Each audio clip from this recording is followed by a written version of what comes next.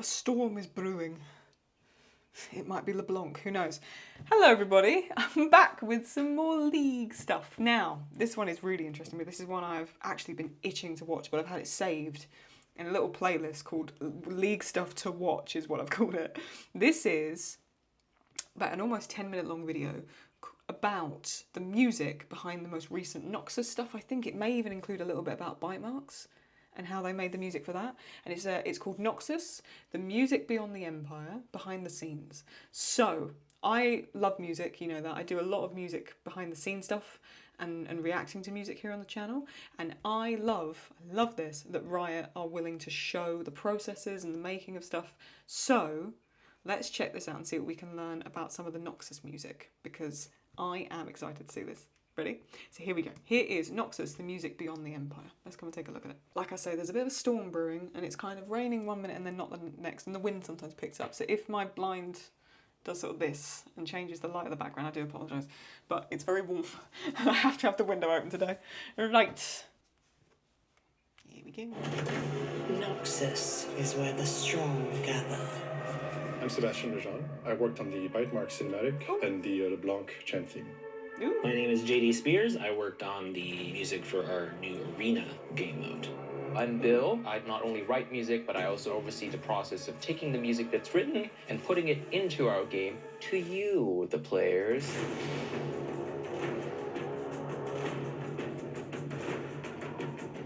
The opportunity that Welcome to Noxus gave us as composers was to each kind of have our own little corner of this larger event. Individually, the music is different from one another at times, but because it's all being recorded by the same ensemble, the ensemble is sort of what glues it together into this Welcome to Noxus aesthetic that we've made. With our past Noxus executions, we've done a lot of Empire music, right? Like with Swain, Darius, and we thought about the cross-pollination of culture because we got to see Mel traveling from Piltover into Noxus, and we can kind of see that like people in Noxus aren't just this one thing. Getting away from what we've always associated with Noxus, very rigid, sort of militaristic vibes, and bringing in something a little more unrefined. Being able to expand that sound, not only to increase the depth of what we're doing, but also just giving something new to players. Are you strong enough? Back in March of last year, we started kind of talking about this season cinematic, bite marks, and a lot of the music material came from the Arcane Season 2 soundtrack. We had a conversation with the creative director, Matt Costa, and we started coming up with an idea of what the musical experience would be for the cinematic. Once that was figured out, and Fortiche was already working on really amazing visuals, the performance was the next big step, and Taya really captured the full range of what we were looking for. Starting off the song a little bit more seductive, a little bit more playful, but also having the really extreme aggression in the choruses. Oh, this bit.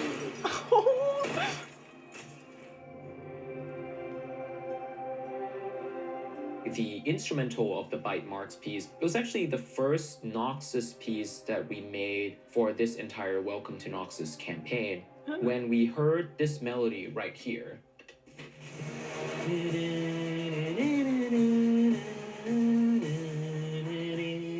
I believe that this was the piece that anchored everything. And I wrote this piece, which was going to be used for the spawn-in moment for the season, just as a proof of concept of like how it would sound orchestrally, and we got this.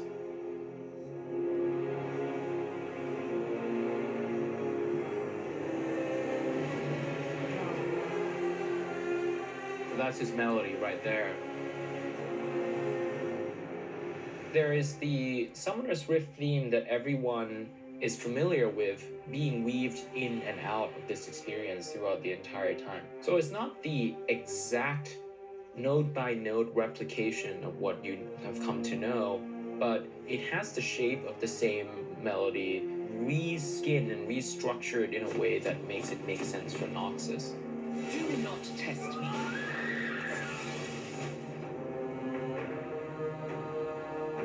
It's a 14-piece ensemble. It had some of the most unusual instruments that I have not used before in my career. Big drums, as a lot of people associate with Noxus, of course. We also have a group of instruments called the sackbuts. It's like a precursor to the trombone. Oh, wow. We also have a Bulgarian choir. That's right. It's an ethnic Bulgarian choir. I mean, like, how would you describe the sound? It's very unique. I mean, it's hard to describe it. It's also the way they pronounce lyrics a little bit different and added to that quality that we were looking for.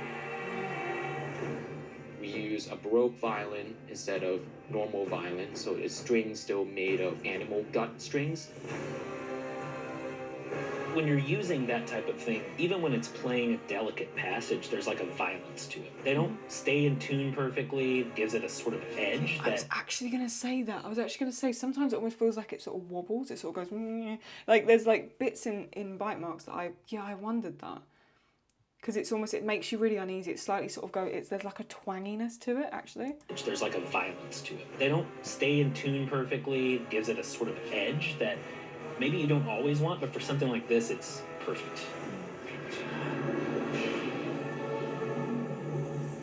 Black Rose is really in the shadows. You know, it's very eerie and I still think in a weird way that mirrors, you know, when Caitlin sat there and she's looking at the Kiraman, kind of like she's like looking at all the documents and stuff and like the things that her mother's left, like she opens it with the Kiraman key and things.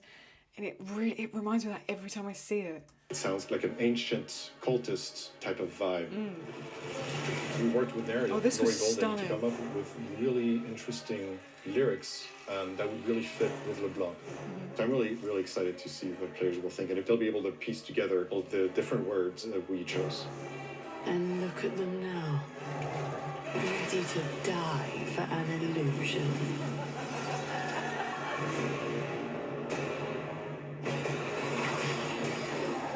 I love Sanzal, these. which was the name before Mordekaiser became Mordekaiser. He was this war general who get known for his one-on-one combat with people. And we were like, what an interesting story. And, you know, how could we build this timeline where this one-on-one fighting combat from like the yurt-dwelling days of Noxus developed into what we have today.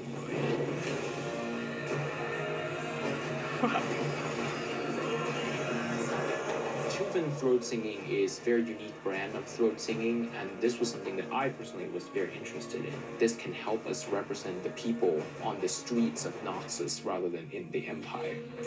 We're looking around Sanuzal. How did people perceive him? He probably has a couple of goonies following him around, chanting his name while he's fighting someone else.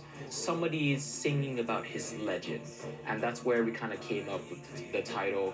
His name is Sanuzal. And set a feast to the hall of bones. Ready then to hail me. Oh, It spawns from a guy who just really loves to one-on-one people to settle arguments, and then it becomes a whole culture that people watch for entertainment. So there's an obvious link there of Sanuzal and the arena fighting culture that we want to portray, and it's the fantasy that we want to give to players.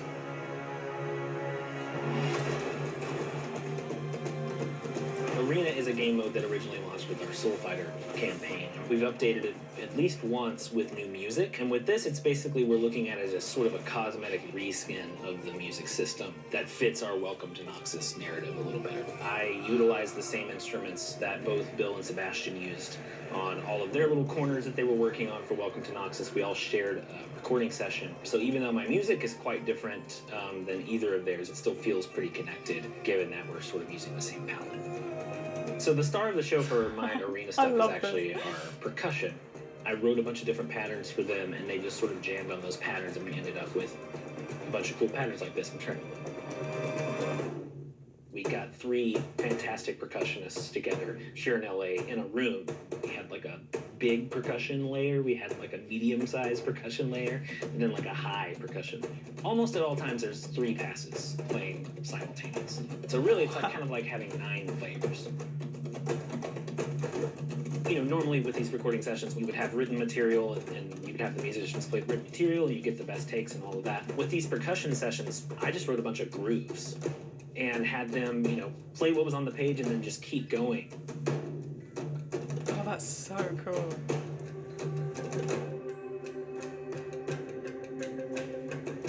Part Part of the concept of this So from, arena music. just to pause it, so from what I'm guessing, they're kind of layering the percussion, and then you shift it by just taking one of the tracks and kind of leaning it more into that, and then you just keep it moving. If that's what I got from that, which is really cool. Part of the concept of this arena music for Welcome to Noxus was that this is sort of a social event for the citizens. It's obviously very brutal and very violent, but it is a source of entertainment. That kind of manifests in the real world, obviously in the form of sporting events or game shows or things like that. And so we kind of wanted the music to have that kind of vibe to it. It's these notes here. Bum, bum, bum, bum. Almost feels like Who Wants to Be a Millionaire or something like that.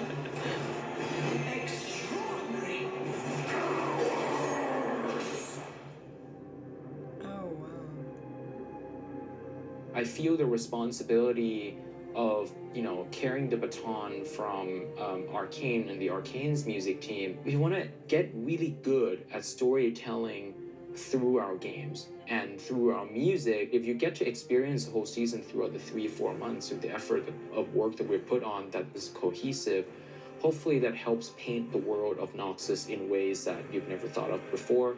I mean, with this whole new season of Noxus, I hope players get a whole new level of depth of what Noxus is, the types of melodies that we do that we haven't done before, really expanding the musical world that we had started a long time ago for Noxus. It needs to evolve, and hopefully we've made it evolve in a really unique way that players will really enjoy.